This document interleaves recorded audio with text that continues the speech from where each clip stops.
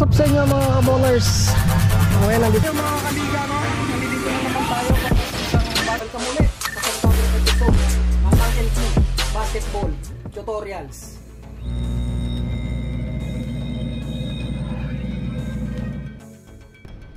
Noong nakaraang vlog mga kapito, meron tayong iniwan na dalawang katanungan, ang scenario A at scenario B, na sasagutin natin sa video na to.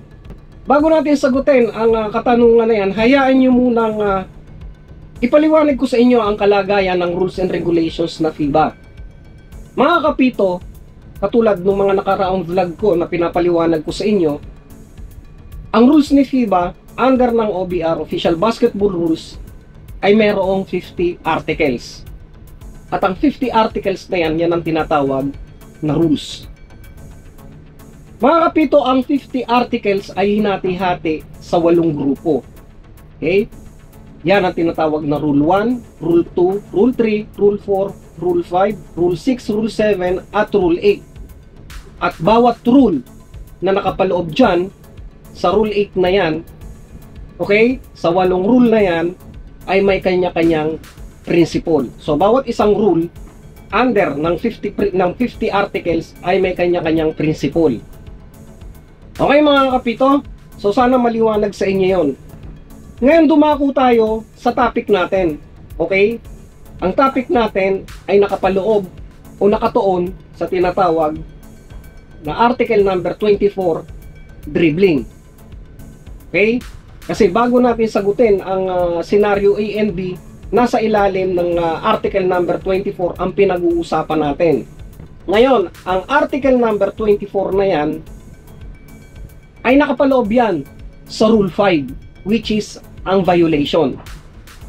Ngayon mga kapito, sabi nga natin, ang bawat rule ay mayroong tinatawag na principle. So alamin natin ang principle ng Rule 5. Sinasabi dyan sa Rule 5 na yan na ang principle niya ay ang violation ay isang infraction ng rules. Kung sa Tagalog, isasali natin sa Tagalog, sinasabi dyan na ang violation daw ay ang paglabag sa mga alituntunin. Okay? So, yun ang tinatawag na principle ng Rule 5. Ngayon mga kapito, syempre, kapag tinalakay natin ang dalawang senaryo na example natin, mapapasailalim tayo sa tinatawag na interpretasyon. Kung ano yung resumption ng laro, kung ano yung tinatawag na paano i-resume ang laro, yan ay tinatawag na interpretasyon. So, ibig sabihin, gagawa tayo ng interpretasyon natin regarding doon sa tinatawag na scenario A and B na sasagutin natin ngayon. Ngayon mga kapito, talakayan natin ang rule ng dribbling sa OBR. Okay? Pupunta tayo sa OBR, sa Official Basketball Rules, para malaman natin ang rule ng dribbling at para masagot natin ang katanungan doon sa scenario A at scenario B na sasagutin natin. Okay? So ano ba ang sinasabi sa rule ng dribbling sa ilalim ng OBR? Sinasabi dyan mga kapito, ang player ay hindi pwede mag-dribble sa pangalawang pagkakataon kapag nakapag-dribble na siya. Maliban na lang kung pagkatapos niya mag-dribble ay nawala sa kanya ang bola o yung live ball, okay, sa loob ng court dahil sa tatlong sitwasyon. Una, tumira siya para mag-shoot. Pangalawa, nahawakan ang bola ng kalaban. At ang pangatlo, ang pasa o fumble ay nahawakan ng ibang player. So sa ilalim ng OBR mga kapito, may tatlong elemento, okay, para masabi na ang isang player ay pwede pang mag-dribble sa pangalawang pagkakataon. Okay, kasi kung nakahinto ka na at tapos ka na mag-dribble, sinasabi ng OBR, pwede kang mag-dribble uli kung sa unang pagdi-dribble mo, okay, huminto ka, ay nag-attempt ka ng tira, tumira ka. Okay? So, kapag nakuha mo ang bola, pwede ka uling mag-dribble. Pangalawa, kung ang bola ay natapik o nahawakan ng kalaban, okay? Sinasabing na wala na sa control mo ang bola, pwede ka uling mag-dribble. At ang pangatlo ay galing sa pasa, okay, pinasa mo ang bola o na-fumble mo at nahawakan ng ibang player, pwede ka uling mag-dribble. Okay? So, maliwanag na sinasabi dyan sa tatlong elemento na yan na kailangan ang player, okay, na may hawak ng bola ay kailangan mawala sa kontrol niya muna ang bola. Okay? At legal na makuha niya ulito at pwede siyang magsimula mag-dribble. Okay? So sana maliwanag yung ating explanation tungkol sa tatlong elemento na sinasabi ni FIBA doon sa OBR tungkol sa article number 24, dribbling, para pwede pa uling makapag-dribble ang isang player sa pangalawang pagkakataon. So ibig sabihin, kapag hindi na-meet ng rules and regulations, hindi natin nakita ang tatlong elemento, okay, na sinasabi doon sa OBR, kapag nakapag-dribble na ang isang player, katapos na siya mag-dribble, hindi na siya pwedeng mag-dribble sa pangalawang pagkakataon. Ngayon mga kapito, balikan natin ang scenario A at saka B. Okay? Ipaliwanag natin kung ano yung nangyari doon sa scenario A at saka scenario B nung nakaraang vlog natin para sa sake ng mga baguhang nanonood ngayon, ano? Ang scenario A mga kapito, ito ang nangyari diyan, ano? Habang si player A1 ay nasa tuloy-tuloy na motion or tuloy-tuloy na paggalaw at huminto si A1, okay, at sa pagkakataon na yon si A1 ay tumira. Pagtira ni A1, hindi tumama ang bola sa ring. Kinuha uli ni A1 ang bola, nasalo niya uli ang bola, okay, bago pa mahawakan ng ibang player. Ngayon, mga kapito, ang tanong doon sa scenario A ay ano ang mga pwedeng gawin ni A1 sa bola. Of course, kapag nasa lumo ang bola, ang gagawin mo, legal play. So, ano-ano ang pwedeng gawin ni A1 doon sa bola sa mga legal play. Okay? Ngayon, ang scenario B, sinasabi na si A1 ay hindi pa nakakapag-dribble. Either yang galing sa pasa o galing sa steal, deflect ng bola, pero hindi pa siya nakakapag-dribble. Nakahinto siya. Okay, sa pagkakataon na yon, tumira sa A1. Okay? Hindi tumama ang bola sa ring. Okay? Nasalo uli ni A1 ang bola. Okay? Bago pa man mahawakan ng ibang player. Okay? So, ang tanong naman natin doon ay pares din ng katanungan sa scenario A. Na ano ang mga pwedeng gawin ni A1 sa bola. Okay? Of course, legal play pa rin. Ngayon mga kapito, yung dalawang scenario na yon, nagkaroon lang ng pagkakaiba yon kasi sa scenario A, nakapag-dribble na si A1. Sa scenario B naman, hindi pa nakakapag-dribble sa A1. Ngayon, ang tanong, sasagutin natin sa pamamagitan nung pag-apply nung rules and regulations, okay? Yung rule na nanggaling doon sa article number 24, dribbling sa OBR, sa Official Basketball Rules, okay? Para magkaroon tayo ng sarili nating interpretasyon at mailahad sa mga manonood, mailahad natin sa ating mga subscribers at mga followers. Ngayon, para masagot natin ang katanungan na yun, hanapin natin yung tatlong elemento. Okay? Hanapin natin yung mga elemento doon sa rule ng dribbling, sa article number 24. Hanapin natin.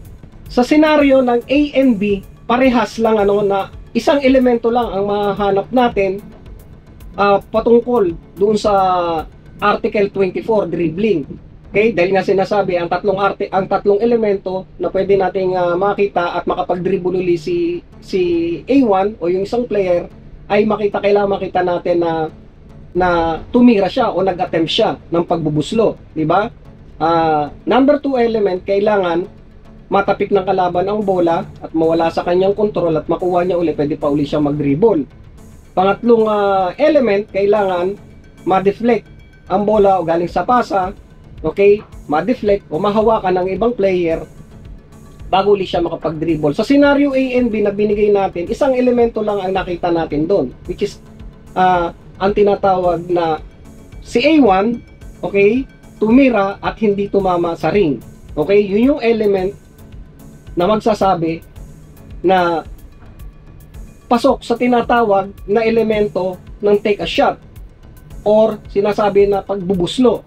Okay, dahil legal naman, dahil wala namang violation na nangyari, dahil according sa article number 24-4 doon sa OBRI na tinalakay natin nung nakaraang vlog natin, ang pagtira ng isang player at hindi tumama sa ring ay isang legal na aksyon o legal play. So walang violation doon, di ba?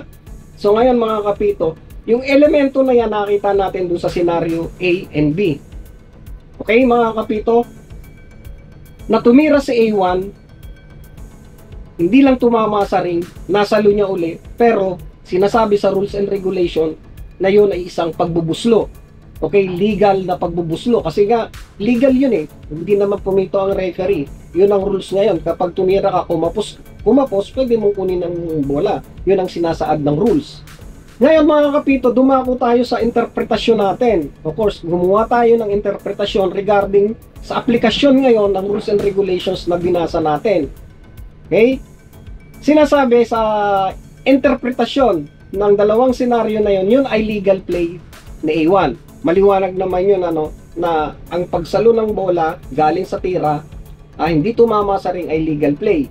Ngayon, ano ang pwedeng gawin ni A1 sa bola in both scenario? Okay? So sa pagkakataon na yon, ito ang sagot. Si A1 ay pwedeng tumira, pwedeng pumasa, at pwedeng mag-dribble. Okay mga kapito? So yun ang kasagutan ng channel natin tungkol sa mga pagkakataon na yon. Ngayon mga kapito, marami sigurong magtatanong dyan ng mga referees natin, mga kapwa natin arbitero, mga kabaro natin, na hindi, Uncle B, nakapag-dribble na eh. Diba? May senaryo sa ina nakapag-dribble na, hindi na siya po pwedeng mag-dribble uli. Okay, yung yung senaryo, B po pwede pang nag-dribble dahil hindi pa naman nakakapag-dribble. At kung mapus ang tira, nasalo niya uli, pwede pa siya mag-dribble. Hindi po yan ang pinagbabatayan natin, mga kapito, no? Hindi tayo pwedeng magbatay na tapos na siya mag-dribble o hindi pa. Okay? Hindi natin pinagbabatayan yon. Kasi mga kapito, ang sinasabi sa rules and regulations, malinaw na sinasabi na kapag nagtangka ka ng pagbubuslo, okay, yon ay isang elemento para pwede ka pang mag-dribble uli. Diba? Ang naging sitwasyon lang, hindi lang tumama sa ring, pero sinasabi na legal yon. Diba? Walang illegal na ginawa si A1 dahil sa bagong rules, ang hindi pagtama ng bola sa ring galing sa tira ay hindi na ngayon violation, legal play na yon, as long as a judgment ng referee talagang hindi sinadya na hindi tumama sa ring. Di ba? Magiging violation na yon kapag nakita ng referee na talagang sinadya niya na pakapusin ang bola at kinuha niya. Kaya mga kapito, so maliwanag yon. Wala na tayong pagtatalo dun ngayon. At tayo naman, ang ating channel naman ay nandoon lang sa tama kung ano yung sinasabi ng rules and regulations. Kasi hindi naman talaga lahat ng mga rules and regulations ay nakasulat sa ilalim ng OBRI, Official Basketball Rules Interpretation, di ba? Pero malalaman natin kasi yung mga ibang sitwasyon o mga senaryo sa bawat sitwasyon o mga example sa ilalim ng OBRI ay nakapaloob din, okay, dun sa mga iniisip natin o yung mga scenarios na hindi natin nababasa dyan, pero nandoon din yun. Para maliwanagan tayo, syempre, kailangan balikan natin ang OBR, Official Basketball Rules, kasi in general yun, nandoon yung general, nandoon yung tinatawag na talagang rules, para may apply natin doon sa mga sitwasyon na totoong nangyayari sa loob ng basketball court, no? Yung mga example na sa OBRI, tsaka mga interpretasyon. Okay? Nanggaling yan sa OBR. Kailangan alam natin ang OBR para makapag-apply tayo ng tamang interpretasyon. So yung interpretasyon natin sa sitwasyon ng scenario A tsaka sa scenario B na tinanong natin noong karaan. It doesn't matter kung nakapag-dribble ka na o hindi pa. As long as nag-take a shot ka, okay, gumawa ka ng attempt na pagbubuslo, yun ay isang elemento na na kapag nakuha mo uli ang bola ay pwede ka uling mag-dribble. Okay? Pwede kang pumasa, pwede kang tumira, at pwede kang mag-dribble. So, yun ang ating kalagayan. Okay? Yun ang ating desisyon sa ano na yun, sa senaryo na yan mga kapito. So, sana sa lahat ng mga kapito natin kapag naka-experience kayo sa loob ng basketball court na ang bola ay kumapos at nakuha pa ng player, pwede siyang tumira, pwede siyang pumasa, at pwede siyang mag-dribble. Okay? It doesn't matter kung nakapag-dribble na siya sa simula o hindi pa. Sana maliwanag yan sa lahat ng mga manonood, sa lahat ng mga viewers natin, mga subscribers. Ngayon, kung may comment kayo, mag-comment down kayo dyan sa baba. Kung meron kayong gustong sabihin at ipaliwanag, kailangan meron tinatawag na mga kaagapay na mga rules and regulations galing din sa FIBA. Hindi po pwedeng gumawa tayo ng sarili nating interpretasyon na according lang sa atin yun ang tama. Okay, kailangan may mga rules, may mga article kayo doon sa OBR na dadalhin nyo doon sa tinatawag na interpretasyon na yun, yung mga senaryong binigay natin. So mag-comment kayo dyan mga kapito, at kung ano man ang pwedeng nating isagot, matulungan kayo na sa pagpapaliwanag tungkol dyan ay gagawin natin. Okay mga kapito, so yun ang ating mixing vlog ngayon. Sinagot lang natin ang ating scenario A and B, yung katanungan natin nung nakaraang vlog natin sa video na to, no? So bago tayo magtapos, gusto ko lang syempre i-shoutout lahat ng mga kabaro natin na hindi na mention dito sa ating screen. Okay? So shoutout na lang sa inyong lahat, at sana nasa mabuti kayong kalagayan palagi. Ingatan po natin ang ating sarili. Okay mga kapito, dito ko natatapusin ang ating video, at magkita-kita ulit tayo sa susunod na vlog. God bless us all. Peace out.